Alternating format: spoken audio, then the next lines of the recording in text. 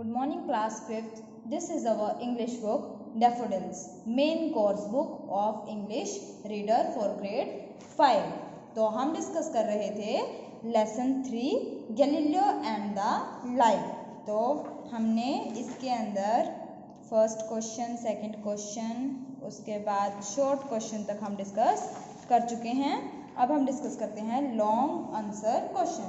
First question is right a short note on Galileo Galilei. तो Galileo Galilei के बारे में हमें एक शॉर्ट नोट लिखना है.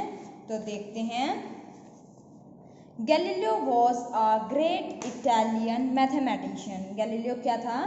गैलीलियो एक महान इटालियन मैथमेटिशियन थे, फिजिसिस्ट थे, इन्वेंटर थे, साइकोलॉजिस्ट भी थे और एस्ट्रोनॉमर थे. ठीक है, तो हमने लिखा है Galileo was a great Italian mathematician, physicist, inventor and astronomer.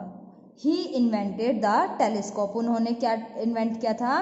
Telescope and the microscope. और किसको खोजा था? माइक्रोस्कोप को. He discovered 4 largest moons of Jupiter. उन्होंने जुपिटर के 4 जो बड़े बड़े मून्स थे उनकी खोज भी की थी. He tried to measure the speed of light. और उन्होंने क्या किया था? लाइट की स्पीड को मेजर करने की कोशिश भी की थी. Next is why do you think Galileo's scientific practice caused him a lot of trouble in the society. तो आप ऐसा क्यों सोचते हो कि गैलीलियो की जो ये साइंटिफिक प्रैक्टिस थी इसके कारण उन्हें बहुत सारी मुश्किलों का सामना करना पड़ा था सोसाइटी के अंदर. तो क्यों किया था? क्योंकि उन्होंने क्या किया था? एक कोशिश की थी एक चीज़ की. किस चीज़ की? कोपरनिकन थ्योरी जो थी उसको उन्होंने बढ़ावा दिया था. ठीक है, आंसर देखेंगे. Galileo scientific practice as people of that time thought that English is the center of the Earth is the center of the universe and rest bodies revolves around it, they got hurt. जैसे कि लोगों को उस समय के लोगों को ये विश्वास था कि अर्थ सेंटर है पूरे यूनिवर्स का और बाकी की जो बॉडीज़ हैं वो अर्थ के चारों तरफ घूम रही हैं. They got hurt. वो दुखी हो गए, उनको तकलीफ हुई. Their belief system damage. उनका जो बिलीफ सिस्टम है वो डैमेज हो गया. They did not like the idea. उनको ये आइडिया पसंद नहीं आया.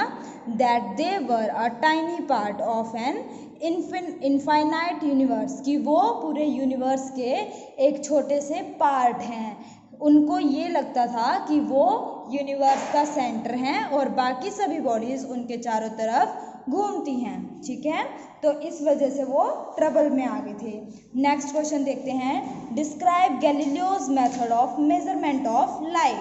तो गैलीलियो का जो मेथड था लाइट को मेजर करने का वो क्या था? Galileo and his assistant stood with 2 lit lamps a mile apart and by covering and uncovering the lamps they tried to deduce if there was any time lag between the two. तो Galileo और उनके assistant साथ में 2 जले हुए lamps को लेके खड़े हो गए 1 मील की दूरी पर और एक बार कवर कर रहे थे लैम्प्स को, एक बार अनकवर कर रहे थे और वो कोशिश कर रहे थे कि जो लाइट की स्पीड है उसके अंदर कोई कमी आती है या नहीं. तो उनका ये तरीका था लाइट को मेजर करने का. नेक्स्ट क्वेश्चन देखते हैं. Answer the following question with reference to context. तो ये जो हमने चैप्टर पढ़ा है यहाँ पे एक रेफरेंस टू द कॉन्टेक्स्ट दिया हुआ है. इसके अकॉर्डिंग हमें ये 2 क्वेश्चंस को सॉल्व करना है. He question the practice of scientific observation. उन्होंने क्या क्वेश्चन किया था? साइंटिफिक ऑब्जर्वेशन की प्रैक्टिस को, उसके ऊपर सवाल जवाब किए थे. तो first is who was he. तो कौन थे वो? तो he refers to Galileo. He REFERS refers to Galileo. GALILEO Galileo. Here यहाँ पे वो किसको रेफर कर रहे हैं? गैलीलियो को. Next is what were the prevailing concepts before he presented his ideology. क्या कॉन्सेप्ट थे पहले जब उन्होंने अपनी आइडियोलॉजी को प्रेजेंट किया था, उससे पहले क्या लॉजिक थे सोसाइटी के अंदर जो चल रहे थे। तो गैलीलियो से पहले लोगों का ये मानना था कि अर्थ क्या है, यूनिवर्स का सेंटर। तो लिखेंगे before Galileo, GALILEO, Galileo, people believed that, people क्या सोचते थे, that the earth was the, क्या है earth, centre, earth was the CENTRE, centre of the universe, UNIVERSE, universe. It was believed, ये माना जाता था, BELIEVED, it was believed that, ये विश्वास किया जाता था, that the speed of light was infinite, INFINITE, ये माना जाता था कि जो लाइट की स्पीड है वो कैसी है, इनफाइनाइट है।